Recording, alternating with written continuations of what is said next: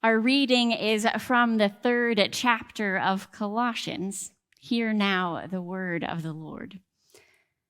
As God's chosen ones, holy and beloved, clothe yourselves with compassion, kindness, humility, meekness, and patience.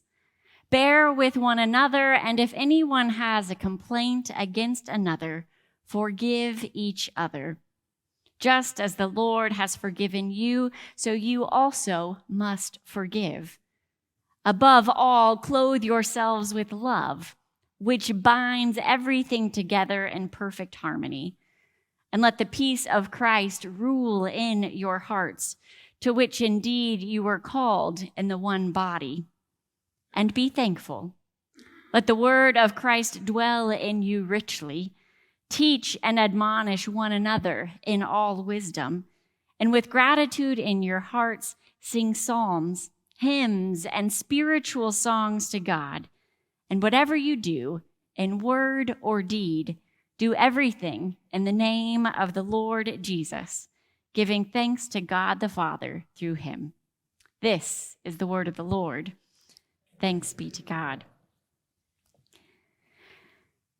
We're going to play a game this morning. We are going to call it an image association game. So since you're here, you get to be my guinea pigs. So what we're going to do is I'm going to name a person, and I want you to imagine what they look like. So clear your minds, get yourself ready. All right, we're going to play. Ballerina. Baseball player. Postal delivery worker, football player, doctor, gymnast, pilot, soccer player, an REI worker, a pastor. Okay, so the game was not necessarily super fun, but thanks for going with me there. Unique clothing is associated with each one of these individuals that I listed. If we were to go back through the list and describe what each person would have been wearing, our answers would be quite similar. A pink tutu, a helmet, a white coat, knee-high socks, a vest, a robe, just to name a few of the uniforms. Now, this list is by no means exhaustive. There is a wide variety of occupations, hobbies that require unique clothing. Additionally, beyond just hobbies and occupations, there are specific genres of attire: cocktail attire, Sunday best, business casual, athleisure wear, sleepwear. What we wear is descriptive of what we are affiliated with, what we presume to do or have done. It would be comical to wear a pair of point shoes to a soccer game or to wear a swimsuit on a plane. What we wear communicates. The colloquial expression, "you are what you wear," is 100% true. Today's passage comes from a letter written to the community in Colossae.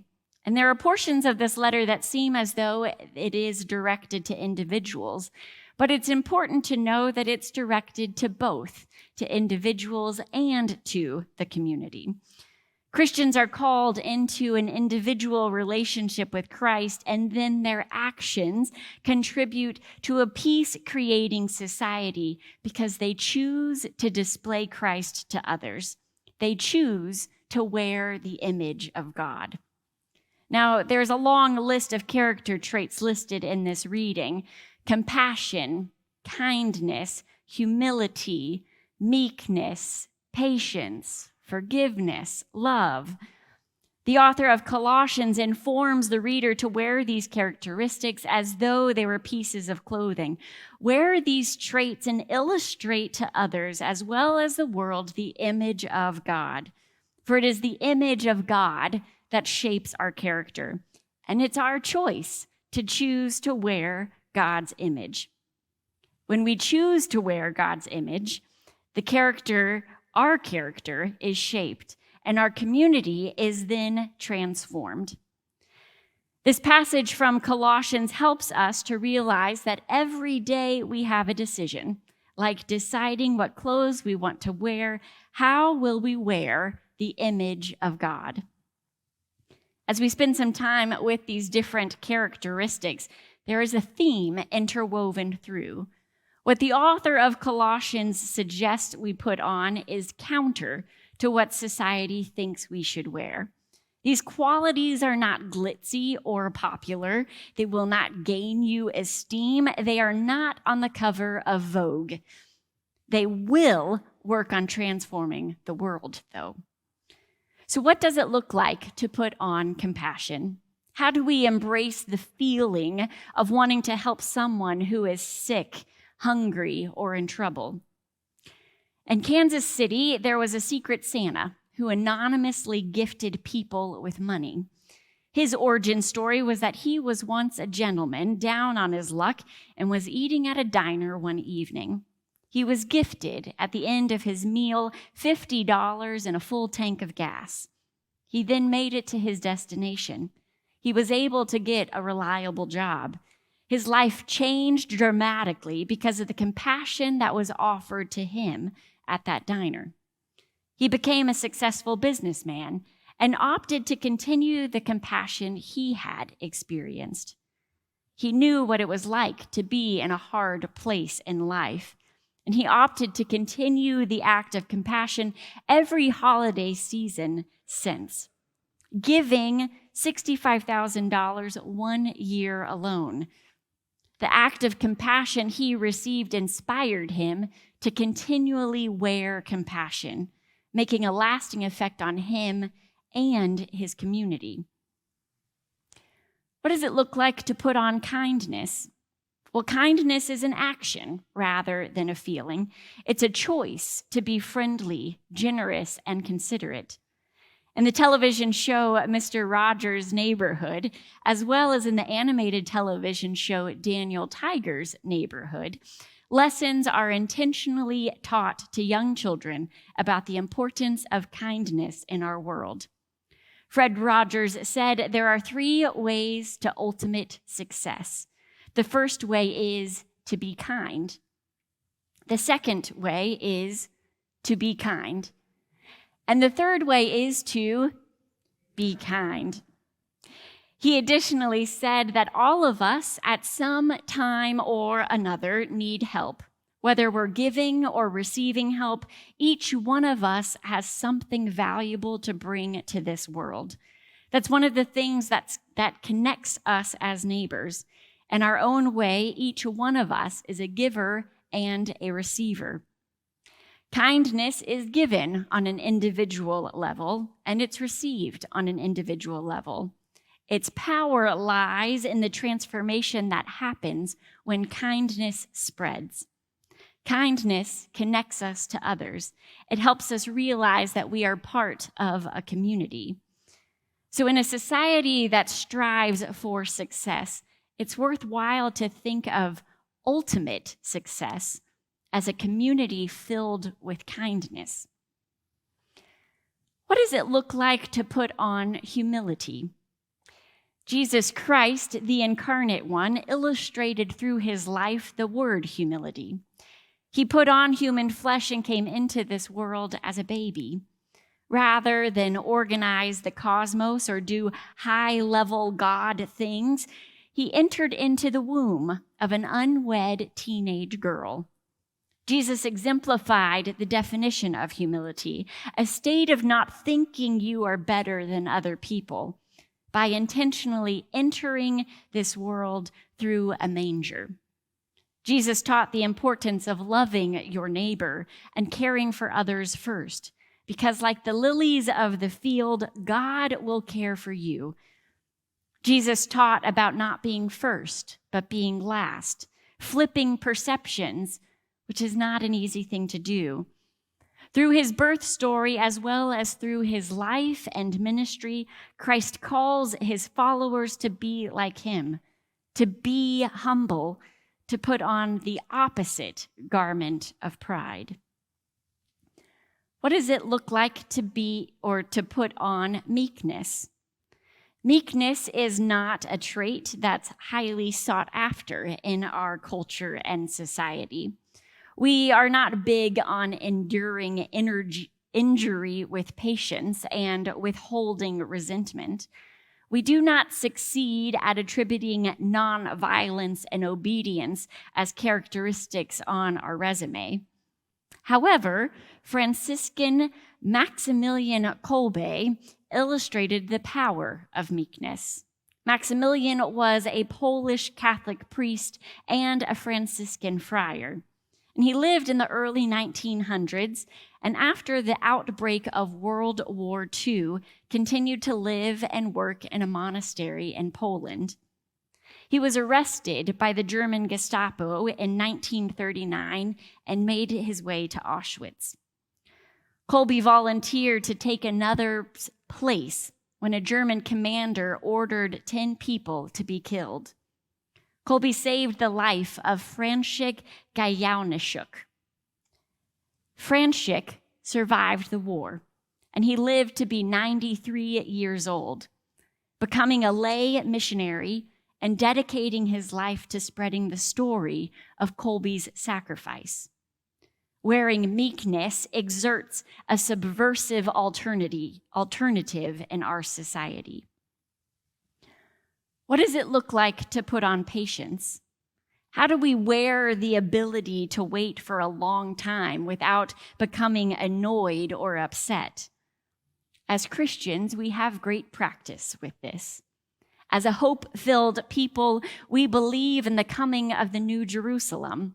We are patient about righting the world's wrong, though still passionate about justice, because we know that the establishment of the just society and the healing of the earth are not in our hands, but in God's. We live our lives in anticipation. We practice patience every day, excelling some days more than others. What does it look like to put on forgiveness? Forgiveness is like one of those sweaters where the head hole is too small, and it takes that extra yank and pull to push your head through and wear it properly. Once you put on the sweater of forgiveness, though, you are able to stop feeling anger toward that someone who did wrong. You're able to stop blaming. In a question and answer column with an author about a new book that was coming out, the author commented, "The ending was sort of this eureka moment. All the way through the book, I was trying to come up with a resolution to satisfy the reader. And I kept thinking in terms of punishment or revenge, but nothing felt right. It was very late in the day that it suddenly dawned on me that forgiveness was the only conclusion that made sense." Forgiveness is a sort of superpower. If you can manage it, you win. Making your peace with the past is the only way you can really move forward in your life, the hope of new beginnings. We all have the ability to wear this superpower, but it takes work. It takes managing other emotions for forgiveness to be the primary action. What does it look like to put on love? Love is the binding element of the ensemble. It's the perfume or cologne. It's the hairspray, the belts, the underwear, the overcoat. Well, actually, it's part of every piece that you wear. It's part of every outfit that you put on. Love is the thread. It makes the seams and hems the garments. It literally pulls everything together. What fuels a feeling of strong or constant affection for another? What drives love? It's wearing the image of God. Love is the reason why you put on compassion, kindness, humility, meekness, patience, and forgiveness. Now, there will be days where you might wear all of these characteristics, and there might be days where you only wear a few. There might even be days where nothing seems to fit. Compassion, kindness, humility, meekness, patience, forgiveness, and love all take practice. They all take work. Wearing the image of God shapes our character, and as our character develops, putting these characteristics on gets easier. Anne Weems, who's a profound poet, wrote, "If there is no commitment in us, there are no wise men searching. If we offer no cup of cold water, there is no gold, no frankincense, no myrrh. If there is no praising God's name, there are no angels singing. If there is no spirit of alleluia, there are no shepherds watching. If there's no standing up, no speaking out, no risk, there is no Herod, no flight into Egypt. If there's no room in our inn, then Merry Christmas mocks the Christ child, and the Holy Family is just a holiday card, and God will loathe our feasts and festivals. If there is no forgiveness in us, there is no cause for celebration. If Christmas is not now, if Christ is not born into the everyday present, then what is all the noise about?" Friends, the Christ child has been born. As believers and hearers of the good news, we have a message to proclaim. So let's go back to our earlier game that was not necessarily the most fun. What comes to mind when you think of a Christian? What comes to mind when you think of a member of First Presbyterian Church of Dallas? We must get dressed. We must put on the image of God, for we've got work to do on transforming the world every day present. In the name of the Creator, Sustainer, and Redeemer, amen.